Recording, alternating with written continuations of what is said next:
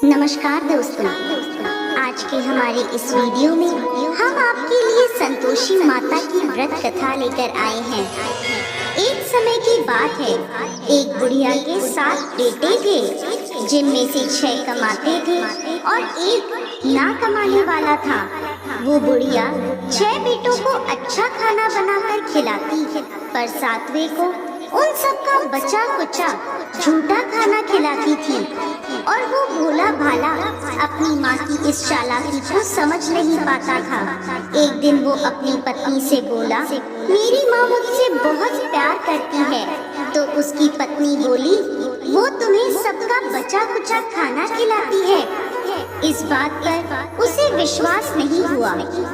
एक दिन वो छुपकर देखता है कि माँ अपने 6 बेटों को बड़े प्यार से कई प्रकार के व्यंजन बनाकर बड़े प्रेम से खिला रही है। जब वो 6 खाना खाकर उठ गए, तब माँ ने उनकी थालियों से जूठन इकट्ठी करी और उसके लिए थाली में परोस कर रख दी। जब वो घर आया तो माँ अपने सबसे छोटे लड़के से बोली, खाना खा ले।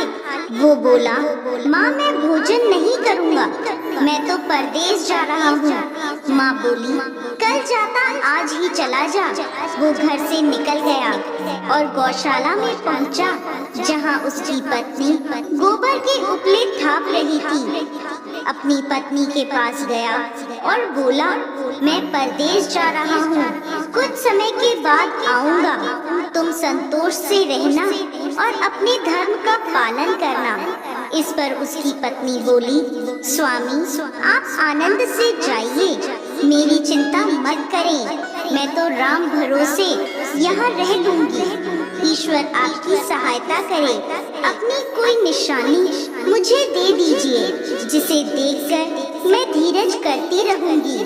इस पर वो बोला, मेरे पास इस अंगूठी के सिवा कुछ भी नहीं है, तुम ये रख लो और मुझे भी अपनी कोई निशानी दे दो।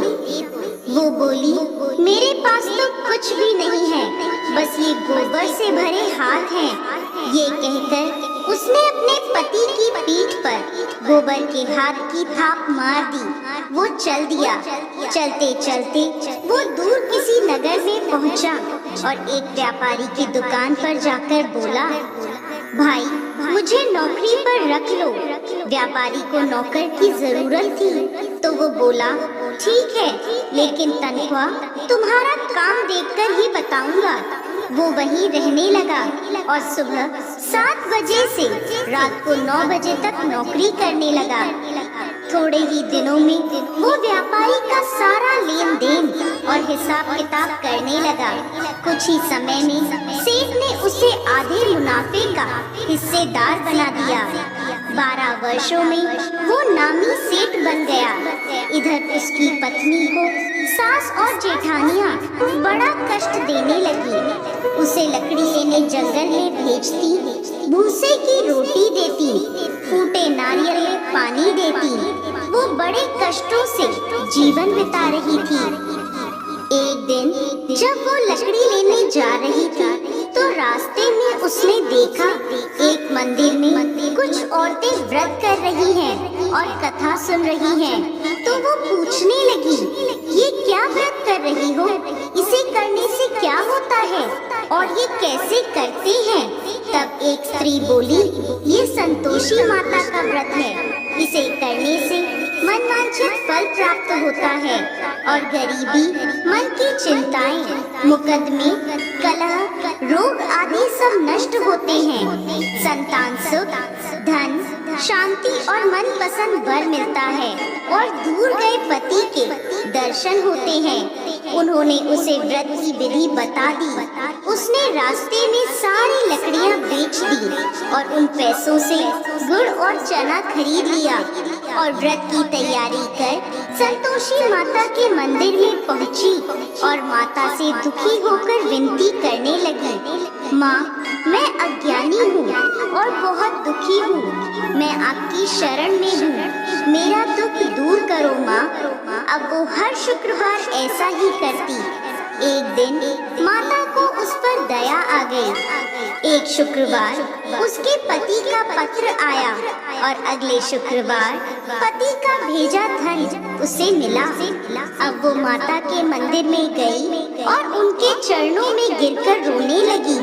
बोली, माँ, मैंने पैसे कब मांगे थे? मुझे तो अपना सुहाग चाहिए। मैं तो अपने स्वामी के दर्शन और सेवा करना मांगती हूँ। तब संतोषी माता ने प्रसन्न होकर कहा, जा बेटा, तेरा पति जल्द ही आएगा। वो प्रसन्न होकर घर गई और कामकाज में लग गई। उधर संतोषी माता ने स्वप्न में उसके पति को पत्नी की याद दिलाई और घर जाने को कहा। वो बोला, माँ, मैं कैसे जाऊँ? परदेश की बात है, लेन देन के कई हिसाब बाकी हैं। माँ बोली, सवेरे उठकर मेरा नाम लेकर घी का दीपक जलाना और फिर दुकान पर बैठना। सवेरे उठकर उसने वैसा ही किया। देखते ही देखते सारा लेन देन साफ हो गया और धन का ढेर लग गया।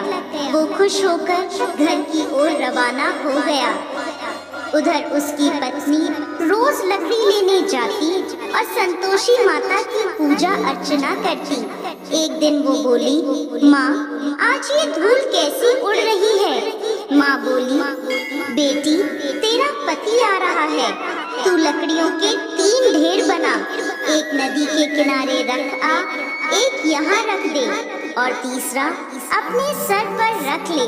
तेरे पति के दिल में इस लकड़ी के गट्ठर को देखकर मोह पैदा होगा और घर जाकर आवाज लगाना, सासू जी, लकड़ियों का गट्ठर लो, भूसे की रोटी दो और फूटे नारियल में पानी दो। आज मेहमान कौन आया है? उसने वैसा ही किया। घर गई, आंगन में लकड़ियों का गट्ठर रखकर बोली, सासू जी, लकड़ियों का गट्ठर लो, भूसे की रोटी दो और फूटे नारियल में पानी दो। आज मेहमान कौन आया है? ये सुनकर सास दौड़ी दौड़ी बाहर आई और अपने कष्टों को भुलाने के लिए कहने लगी, बेटी, तेरा पति आया है, आ मीठे भात का भोजन कर और गहने और कपड़े पहन। इतने में उसका पति बाहर आया और उसके हाथ में अपनी दी अंगूठी देखकर माँ से पूछने लगा, माँ, ये कौन है? माँ बोली, बेटा, ये तेरी बहू है। पूरे 12 बरस हो गए ये दिन भर घूमती फिरती है, कोई कामकाज भी नहीं करती, तुझे देखकर नखरे कर रही है। वो बोला, माँ, मैंने तुम्हें और इसे दोनों को देख लिया है। अब मुझे दूसरे घर की चाबियाँ दे दो, मैं उसमें रहूँगा। माँ बोली, ठीक है, जैसी तेरी मर्जी। और माँ ने चाबियों का गुच्छा पटक दिया। बेटे ने अपना सामान दूसरे घर में रख दिया। देखते ही देखते उनके राजा के समान ठाट बाट हो गए। अगला शुक्रवार आया। वो अपने पति से बोली, मुझे संतोषी माता के व्रत का उद्यापन करना है। वो बोला, खुशी से करो। वो तैयारियों में लग गई। उसने जेठ के लड़कों को जीमने बुलाया। पीछे से जेठानियों ने अपने बच्चों को सिखा दिया, तुम खाने के बाद खटाई मांगना, जिससे उसका उद्यापन पूरा ना हो। लड़कों ने जीमते ही खटाई मांगी। तब वो बोली, नहीं नहीं, खटाई मैं नहीं दे सकती, ये संतोषी माता का प्रसाद है। लड़के बोले, तो फिर पैसे दे दो। भोली भाली समझ नहीं सकी और उन्हें पैसे दे दिए। वो उन पैसों से खटाई लेकर खाने लगे।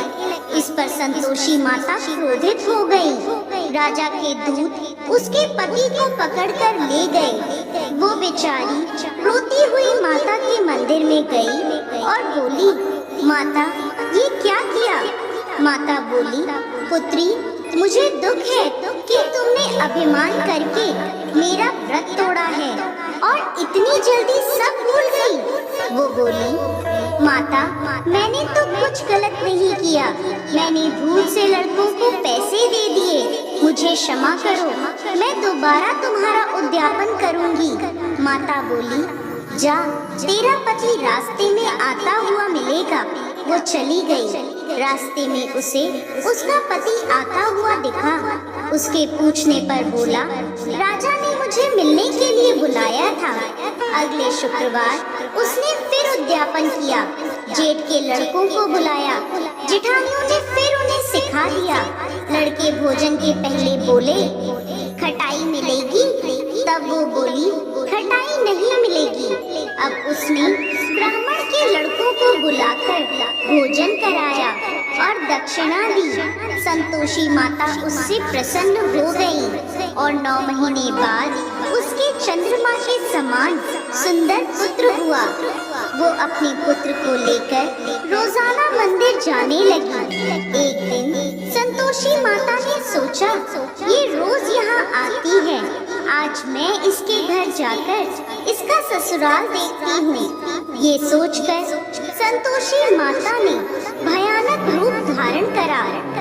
गुड़ व चने से सना मुख, सूंड के समान होठ, जिन पर मक्खियाँ भिनभिना रही थी, ऐसी सूरत में वो उसके घर गई। दहली में पाँव रखते ही उसकी सास बोली, देखो कोई डाकिन आ रही है, उसे भगाओ वरना किसी को खा जाएगी। सभी घर वाले भागकर घर की खिड़कियां और दरवाजे बंद करने लगे। तभी उसने ऊपर की खिड़की से देखा तो वहीं से चिल्लाने लगी, आज मेरी माता मेरे घर आई है, आज मेरी माता मेरे घर आई है। उसकी सास बोली, पगली किसे देखकर उतावली हुई है, बच्चे को भी पटक दिया। बहू बोली, माता जी मैं जिन संतोषी माता का व्रत करती हूँ, ये वो माता है। ऐसा कहकर उसने सारी खिड़कियाँ और दरवाजे खोल दिए। सबने संतोषी माता के चरण पकड़ लिए और विनती कर कहने लगे, हे माता, हम मूर्ख हैं, अज्ञानी हैं, पापी हैं, आपके व्रत की विधि हम नहीं जानते। आपका व्रत भंग कर हमने बहुत बड़ा अपराध किया है। हे जगत माता, हमारा अपराध क्षमा करें। माता बहुत खुश हुई। हे संतोषी माता, जिस प्रकार आपने बहू को फल दिया, वैसा ही इस कहानी को कहते, सुनते और हुंकार भरते सबको देना। दोस्तों, संतोषी माता को संतोष, सुख, शांति और वैभव की माता के रूप में पूजा जाता है। माता संतोषी भगवान श्री गणेश की पुत्री हैं। इनका यह व्रत करने से धन, विवाह, संतान आदि भौतिक सुखों में वृद्धि होती है। ये व्रत शुक्ल पक्ष के प्रथम शुक्रवार से शुरू होता है और 16 शुक्रवार तक व्रत कर इसका उद्यापन किया जाता है। गुड़ और चने का भोग माता को लगाया जाता है। ये व्रत करने वालों को खट्टी चीजों को न ही खाना चाहिए और न ही हाथ लगाना चाहिए। बोलिए संतोषी माता की।